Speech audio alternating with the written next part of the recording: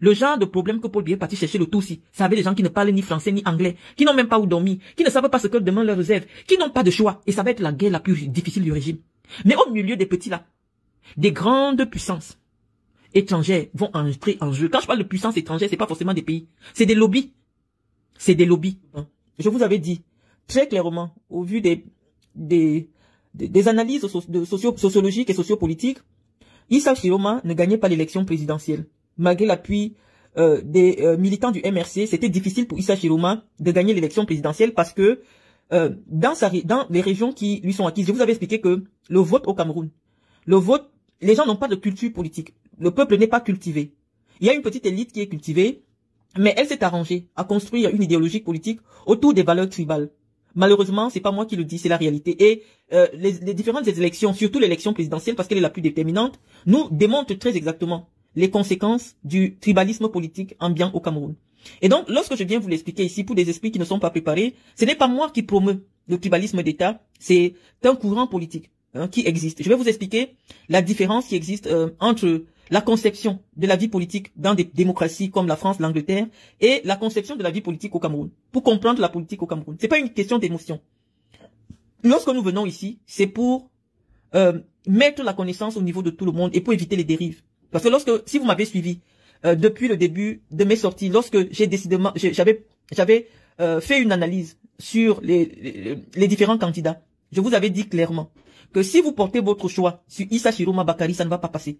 Je vous avais dit clairement que faire le choix de Issa Chiroma Bakary en 2025, c'est empêcher simplement que Paul Biya quitte le pouvoir. J'avais martelé, les amis, que lorsque vous irez mettre un bulletin de vote pour voter Issa Chiroma Bakary, vous avez voté pour Paul Biya. Je vous avais martelé, mes amis, que lorsque vous irez voter pour Kabla Libi, vous aurez voté pour Paul Biya. Et je vous ai expliqué comment ça se passe parce que l'élection de votre pays, c'est une élection à un seul tour. Et même si on avait permis une élection à 2 tours et qu'on rassemble toutes les voix de l'opposition, malheureusement, toutes les voix de l'opposition ne battent pas Paul Biya. Ça veut dire que si on prend les 34% de Chiroma, les 3% de Cabral, je sais pas, ça ne bat pas Paul Biya. Et je vous expliquais pour que ce n'était pas de la sorcellerie, qui avait des éléments de réflexion, qui nous poussaient à dire des années, je sais pas comment je vais parler pour que tout le monde comprenne. Je pouvais prédire l'élection camerounaise avec exactitude parce que mes éléments d'analyse m'avaient conforté dans l'idée qu'en 2025, Paul Biya allait avoir autour de 52%. Écoutez encore mon direct. Voilà, les chiffres ont plutôt donné 53 et je vous avais donné des éléments sur lesquels je m'appuie pour dire qu'en 2025, Paul Biya devait gagner l'élection, certes, mais avec un score ridicule. Lorsqu'on vient faire des analyses, on laisse les émotions. Parce que si moi je dois mettre les émotions, oui, on ne va pas s'en sortir. Si vous m'écoutez, je vous avais dit que Paul Biya gagne à 52%. Et je vous avais dit que la seule façon pour l'opposition d'arriver au pouvoir en 2025, c'est de porter le choix sur une personnalité qui peut prendre des voix des gens de Paul Biya. Et je vous avais indiqué que, au vu des postures politiques, de la sociologie politique, de la sociologie électorale du Cameroun, le seul qui peut prendre les voix de Paul Biya, parce qu'ils se font le ping-pong de voix, c'est Bello Bouba Magari. Et je vous ai expliqué que dans cette élection-ci, vous avez vu comment les électeurs de Bello Bouba, qui n'étaient plus habitués depuis 30 ans à aller voter Bello Bouba à l'élection présidentielle, ont voté le candidat pour qui ils votent depuis 30 ans aux élections présidentielles. Et les voix, je n'ai pas envie ici parce que d'accuser le ministre d'État. Est-ce qu'il y a eu un arrangement de dernière minute entre le RDPC et son allié de 30 ans? Parce que au vu des résultats, on constate très bien que les voix de l'UNDP se sont fidèlement reportées sur le candidat Paul Biya. Et parce que le score que Bello Bouba fait, c'est un score en fait, incompréhensible. On ne peut pas être le deuxième parti politique du Cameroun avec le nombre d'élus que ce parti a, avec des membres du gouvernement et avoir un score à être 4e à l'élection présidentielle. Ça veut dire que c'est un parti qui s'est dépouillé de son électorat pour le donner à quelqu'un. Et lorsqu'on fait l'étude des résultats dans les trois grandes régions du Nord, à savoir l'extrême Nord, l'Adamawa et le Nord, on constate très bien que l'UNDP a voté pour Paul Biya. C'est ce que j'essayais de vous faire comprendre tout à l'heure. Malheureusement, en même temps, parce que je vais interagir oui, les amis, mon analyse, je l'avais faite avant que le Conseil constitutionnel et l'ENCAM donnent des résultats. Moi, je travaille pas pour le Conseil constitutionnel et l'ENCAM. Avant le Conseil constitutionnel, j'avais dit ici avec vous que Paul Biya devait l'emporter avec 52% parce que vous incitiez sur Issa Chiroma. Je vous avais dit que si c'est Issa Chiroma, l'opposition n'arrive pas au pouvoir. Je vous l'avais dit. Si c'est Issa Chiroma, parce que Issa Chiroma n'a pas une très grande emprise dans l'extrême nord, dans le nord. Et j'étais en train de vous dire que la rancune tenace qui existe entre Bello Bouba et Issa Chiroma va faire en sorte que Bello Bouba préfère voter Paul Biya que de mettre ses voix sur Issa Chiroma. Pourquoi? Parce que Bello Bouba, s'il y a eu un arrangement avec Paul Biya, est sûr que Paul Biya va garantir la continuité de son parti puisqu'il y a des élections législatives qui approchent. Et donc, peut-être qu'il y aura des personnalités de l'UNDP qui vont se retrouver au gouvernement. Parce que le résultat qui est arrivé est bien la preuve qu'il y a eu des patriotes, des gens qui aiment leur pays, qui ont décidé de perpétuer le statu quo. C'est tout ce que je peux dire. Parce que Paul Biya prend toutes les voix de l'UNDP dans les 3 grandes régions du Nord, et c'est ce qui permet à Paul Biya d'arriver à 45% à l'extrême Nord, de titiller suffisamment Issa Chiroma dans le Nord et dans la Damawa. Et c'est ça qui, le fait que l'UNDP se soit dépouillé de ses voix, il rentre en 4e position. Je ne suis pas une manipulatrice. Moi, je me mets pas en direct pour être insulté, je vous en prie les amis. Donc, si vous venez tout le temps pour m'insulter personnellement, moi qui suis condamné à l'exil pendant les 7 prochaines années, je ne sais pas en quelle année je verrai encore mon pays. Si vous venez, vous pensez que c'est normal de venir m'insulter parce que je partage avec la jeune génération des analyses intellectuelles. Je ne vais pas. C'est mon droit de pouvoir m'exprimer sur ce qui se passe, sur ce que vous partagez sur ma page. Et si ça vous dérange que un tel éclairage intellectuel vienne d'une femme ou alors d'une femme de la région de Paul Biya, malheureusement, je vous prierai simplement de quitter ma page. Parce que vous n'êtes pas plus en colère, je vous avais prévenu. Je vous avais dit que la connaissance est la plus grande sorcellerie du monde. La connaissance est le plus grand pouvoir du monde. C'est pas parce que vous négligez les intellectuels dans votre pays. On vous dit que ces gens qui ont poussé les études très loin, ils dépassent les marabouts. Je suis resté ici, je vous ai donné le résultat des élections. Je vous ai dit comment ça allait se passer et comment l'électorat pouvait se comporter en fonction s'ils avaient plutôt tel ou tel autre. Vous avez dit que c'était n'importe quoi. Maintenant que vous constatez que soit ce sont les gens de l'ECAM qui étaient assis sur mon direct pour reproduire tout ce que je disais, parce que c'est exactement tout ce que je vous ai dit que vous voyez devant vous. Je vous ai dit que de manière loyale, personne ne bat Paul Biya à l'élection présidentielle au Cameroun. Pourquoi? Parce que Paul Biya est aujourd'hui la figure fédéraliste qui fédère. La figure qui fédère tous les courants du renouveau. Parce que malheureusement, le renouveau a désormais les courants.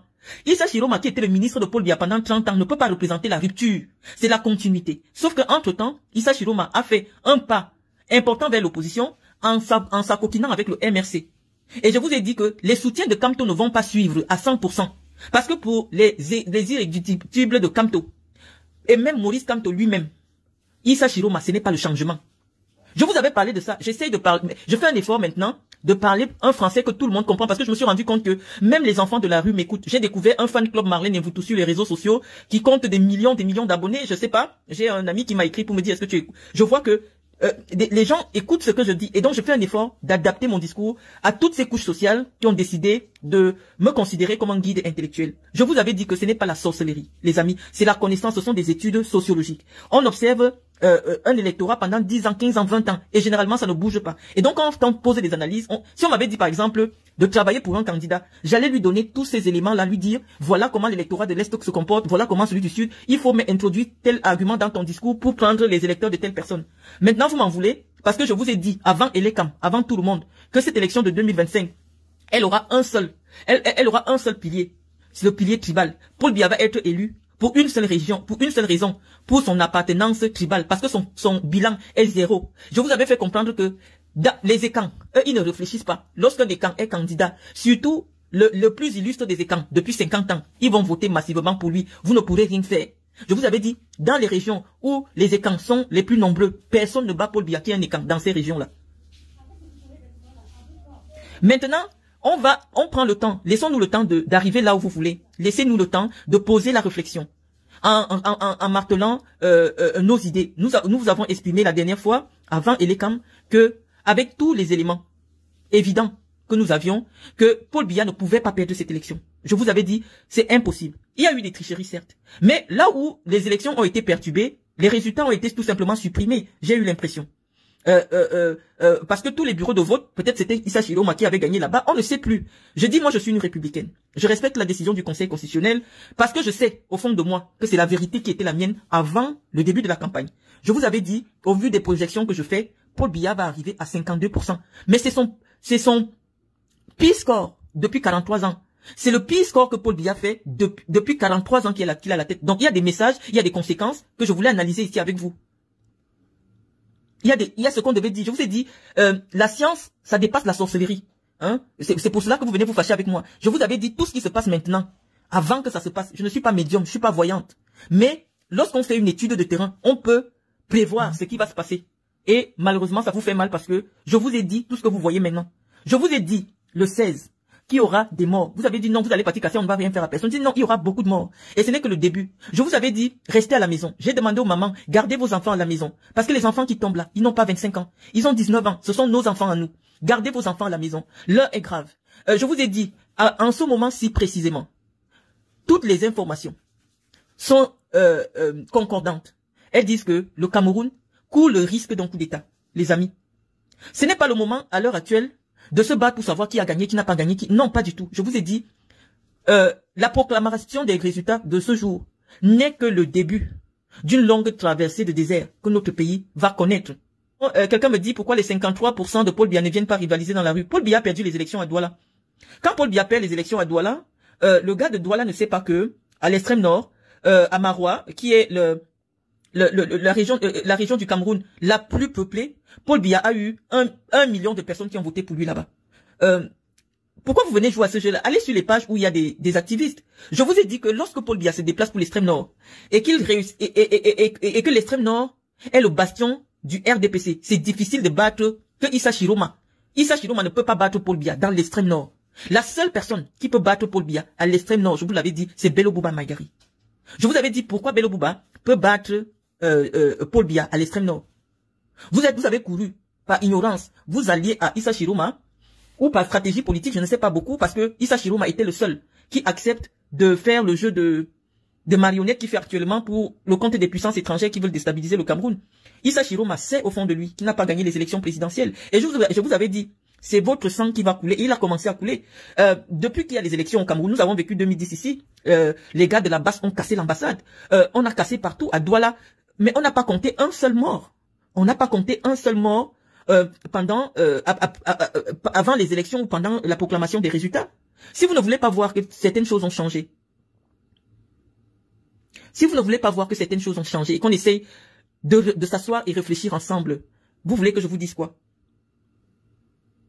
Vous voulez que je vous dise quoi? Je vous avais dit, et vous allez croire que je fais de la voyance. Non, c'est la connaissance. Et lorsque je vous dis quelque chose, je vous ai toujours dit, les amis, lorsque je vous dis quelque chose, attendez un mois, vous allez voir que c'est ce que je vous dis. Et je vous dis que aujourd'hui là, c'est le début de ce qui va enterrer au moins 5000 Camerounais. Parce qu'on n'a même pas encore compté. Vous avez vu l'assaut des éléments de l'armée autour du domicile de Issa Chiroma. Issa Chiroma risque d'être tué à l'intérieur de sa maison. Et tout le pays va s'embraser. Donc, parce que ils savent que Issa Chiroma ne peut pas sortir de là où il est vivant. Donc, restez tranquille. Je vous dis, ça va être difficile pour Paul Biya de gouverner le Cameroun en 2025. Laissez les émotions, soyez concentrés et qu'on réfléchisse ensemble comment faire pour sortir notre pays du gouffre dans lequel Paul Biya a décidé de le plonger en 2025. Les nouvelles ne sont pas bonnes. Quand je vois des irresponsables festoyer, non, le peuple a été clair. C'est un message qui est difficile. Heureusement que le secrétaire général adjoint du RDPC l'a reconnu. Que c'est un message fort que le peuple camerounais vient d'envoyer. C'est la première fois en 43 ans que Paul Biya, officiellement, malgré toutes les manœuvres que nous-mêmes nous avons confirmées, que Paul Biya arrive à 52%.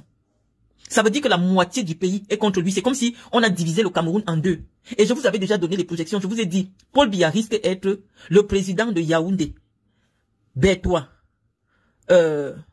Yaoundé, Bertois et Bolova, Bafoussam, au cours de ces années, s'il insiste.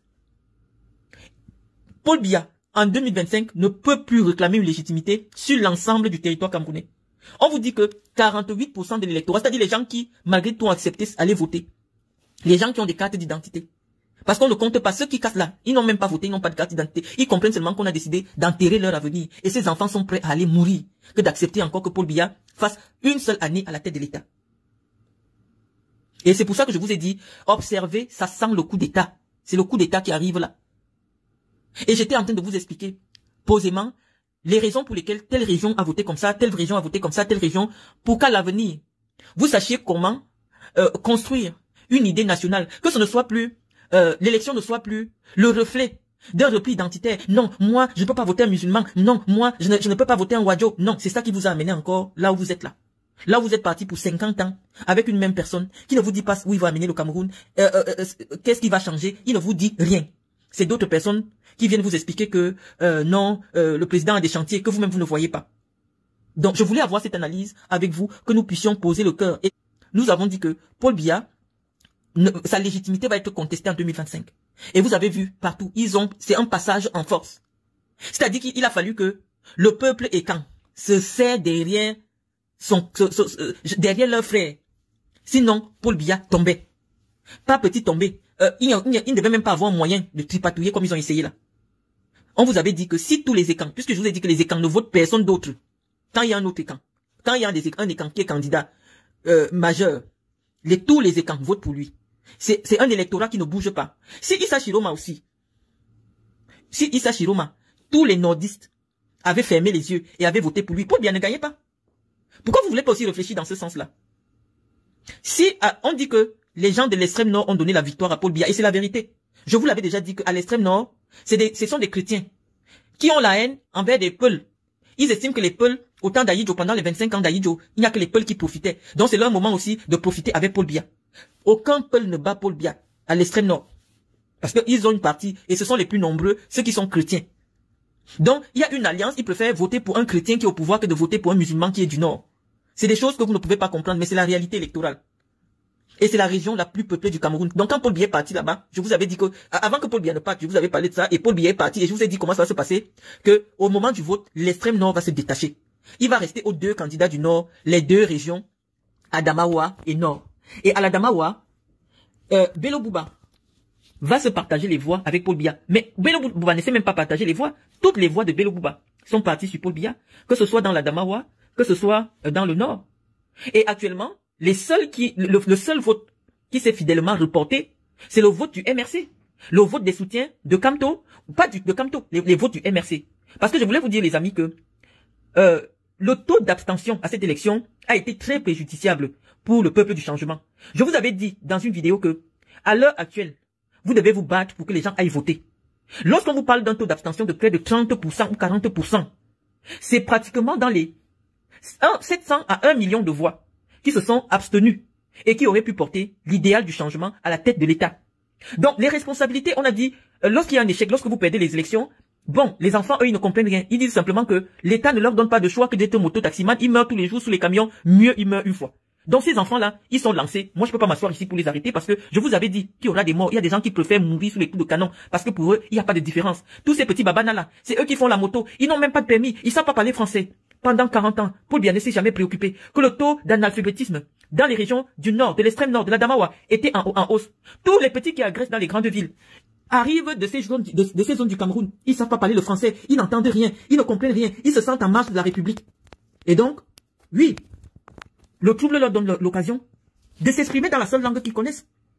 Comment un jeune Camerounais, en 2025, ne sait pas parler le français, ni l'anglais, n'est pas scolarisé? Pourquoi? Parce que Paul Biya n'a jamais veillé à ce qu'il y ait une loi qui rende les parents responsables, qui oblige que l'école soit, qui institue l'école obligatoire et gratuite. Non. Ce sont ces enfants qui vont être dans la rue. Et ces enfants ne réfléchissent pas. Ils ne savent même pas s'ils sont Camerounais. Ils n'ont pas de carte d'identité. Ils n'ont rien.